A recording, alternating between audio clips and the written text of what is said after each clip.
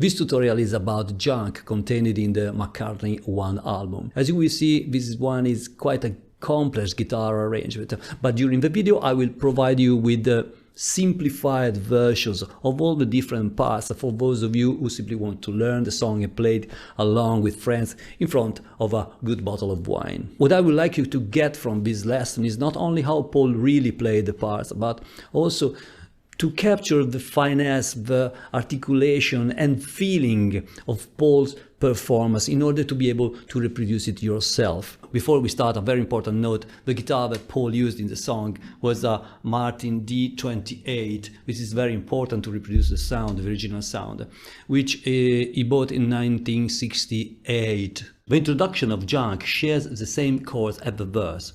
It is made of a sequence of descending chords in a composite style that Paul loves and uses a lot. Let me first show you the chords, and then we will go through how they are played to deliver this drenched feeling of reminiscence that the song delivers. Junk is in the key of A, and for the whole sequence of descending chords in the intro and the verse, Paul will only strum the first, the second, the third and the fourth strings.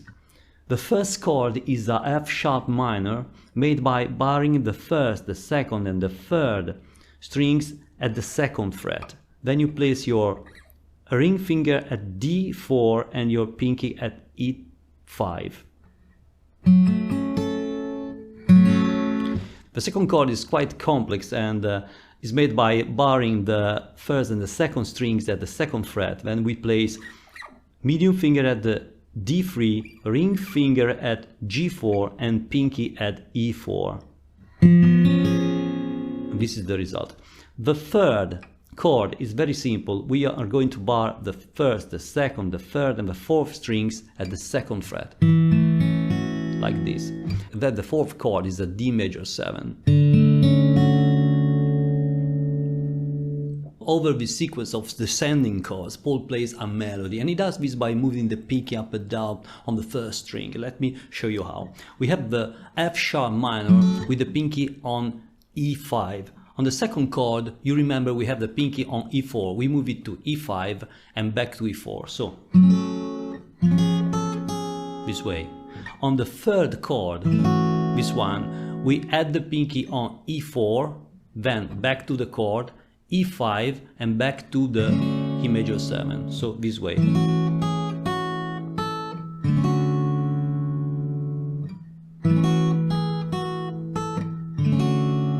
Let me play the whole sequence again.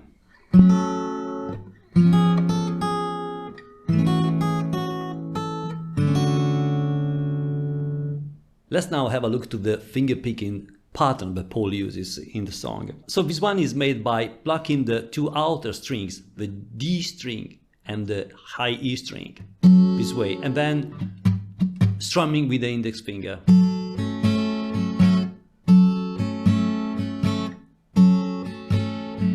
The way Paul strums the strings with his index finger during the four chords of the verse is different. The first chord is strummed this way. The second one, Paul adds a slightly upward touch. So, again. The third time is identical to the second one. And then on the D major 7, he strums this identical to the first one. If we want to simplify the verse, we just strum it straight.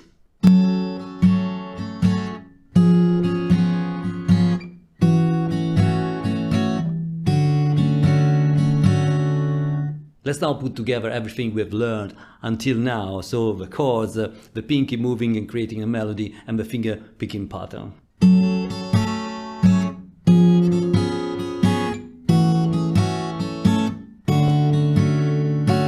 Now please listen to me very carefully. I want to give this video a different setting, a different definition. And if just one of you on 1,000 gets what I mean, I will be extremely satisfied. It will be a huge success. One thing is knowing the chords of a song. One thing is knowing the finger picking pattern in this case that Paul used. One other thing is being able to reproduce this drenched sense of reminiscence and melancholy that Paul gives with his playing, which is what I would like you to understand, to learn. Okay, so we can strum this song simply as everybody does. Sort of annoying stuff. But we are here to deliver our audience the same feeling that the original song has. So if we are serious about music, this is how Paul played to deliver that feeling. First thing he does is giving a dynamic to the strumming, like this way, and then he mutes the first chord this way with a slightly long sustain of the previous last strumming, this way. Okay, this creates tension. The second chord is pretty similar. The third chord is slightly different, as I said, in the strumming, but the sustain of the last part of the chord is kept a slightly longer to get to the final D major 7 that gives the relief sensation. So dramaticity here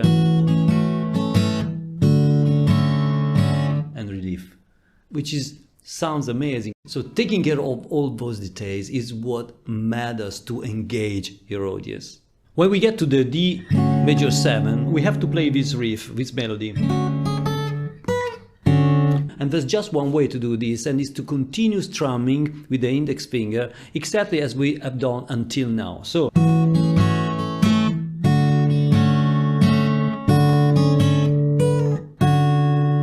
like this.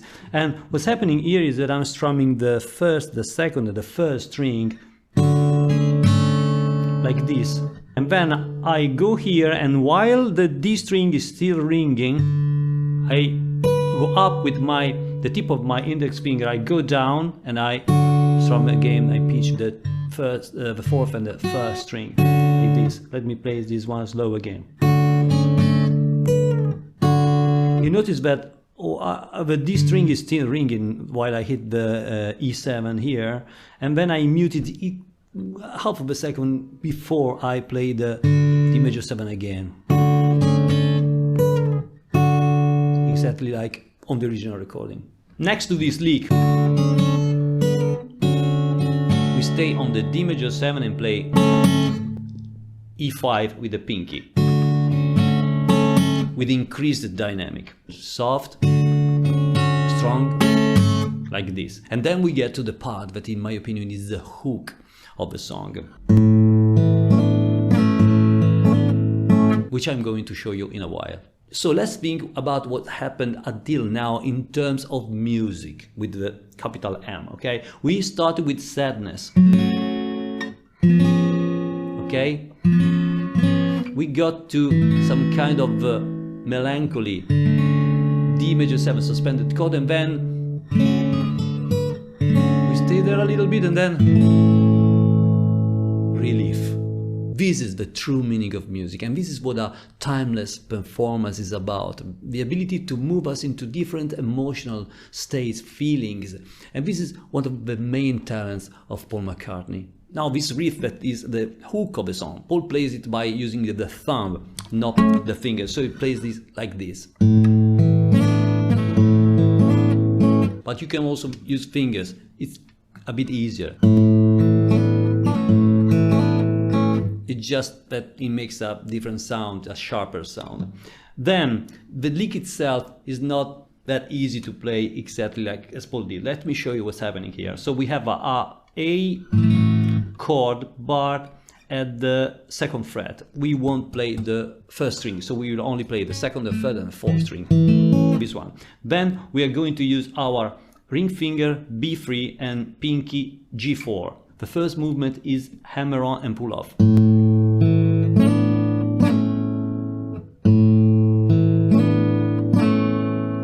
The second movement is only hammer on plus muting.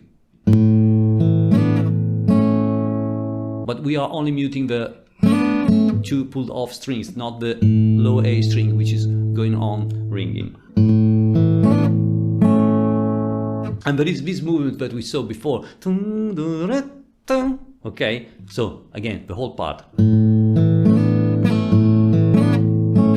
If we want to simplify this, we just play it this easy way. We put our things in this shape.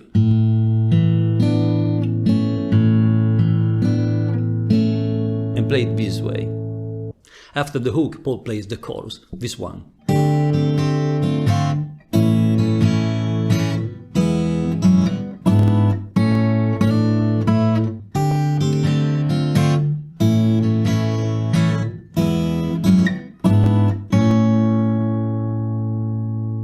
When Paul got to the chorus, he decided to split the arrangement in two different guitars, two Martin D28s that at a certain point play different inversions. I won't go through what each guitar plays here, but for the first time I will offer you a chord that perfectly mixes both the inversions.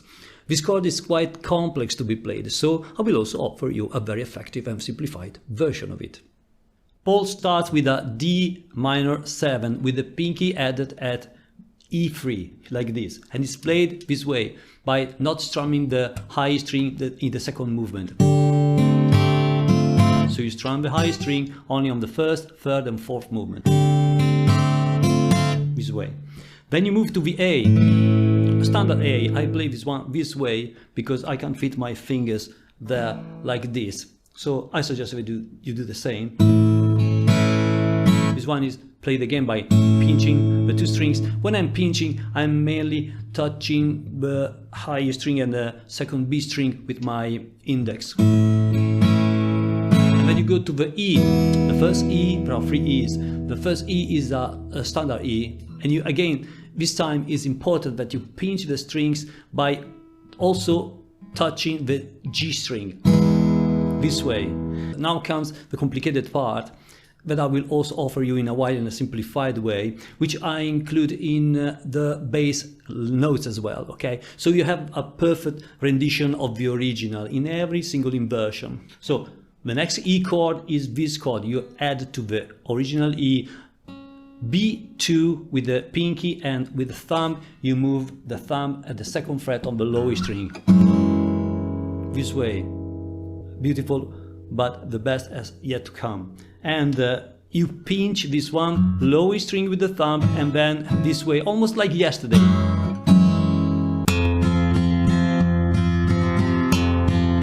So you have to pluck third, second and third G string as well. Then the third chord is the most complicated one, and it's this one. Okay, so this is made by placing your index finger D2, your medium finger B3, you add the ring finger on the fourth fret of the low string, which emulates the bass, and the pinky is on G4. Amazing one. And I am muting the A string with the fingertip of my ring finger note. This way. All three together goes like this. And then we go to the A, which this time I bar this one, like this. And we only strum the second and the fifth string, the B and the A. Hammer on this way. And then we go back, play the same thing over again. Okay, and now for those of you who don't want to get stuck with the monster chord, I'm offering you a simplified version. The simplified version is very simple. It's E chord, you add B2 and B3 by plucking this way from the low string till the three first strings. Then you go again here, and then you go to repeat the chorus. Now at the end of the song, Paul goes from this E directly to another, let's call it outro. It's a part of a verse, okay? So it goes like this. It goes directly into the F sharp minor. This is where he sings the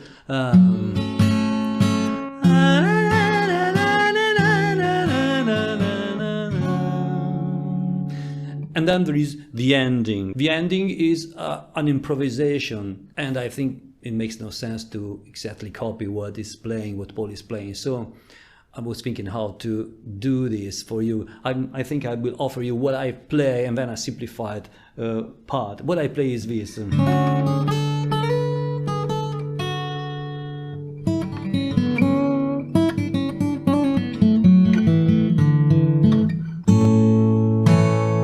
Let me repeat this one slow, so maybe you can copy this one if you like it, and then I will offer a simple way to end the song. I moved the pinky from E4 to E5 to E7 and then back to E4 and 5. Sliding here from 5 to 7 and then sort of Baroque stuff coming. So first movement and then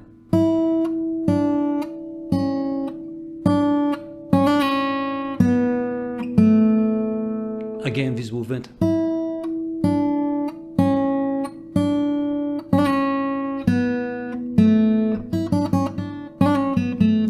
The emphasis that you put in this is quite important. And then I play.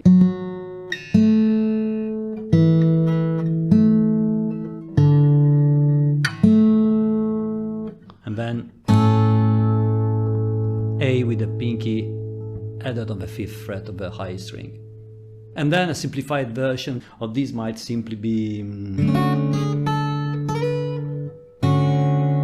So you start from the D major 7 and then you play this and go back to the D major 7 and then you simply play the hook, a part of the hook, and go into the last chord. Like this. So again, we are at the end of another video. It was fun to show you this song because it's one of my favorite ones ever. And of course, I have to remind you to comment, leave your comment, tell me your thoughts about the lesson, about what you think about the arrangement, about the song. And it's the time to ask you to put a like, to subscribe and support the channel. Please, this is very important for me to go on making videos like this. I thought the next video would have been about the bass of Haywood Dock, which I promise I'll do, but I have all cameras set for right-handed neck. So I think this one, the next one will be about the introduction of a very famous song by the Beatles, and I know this will be quite shocking. So see you next video. Take care. Ciao. Bye.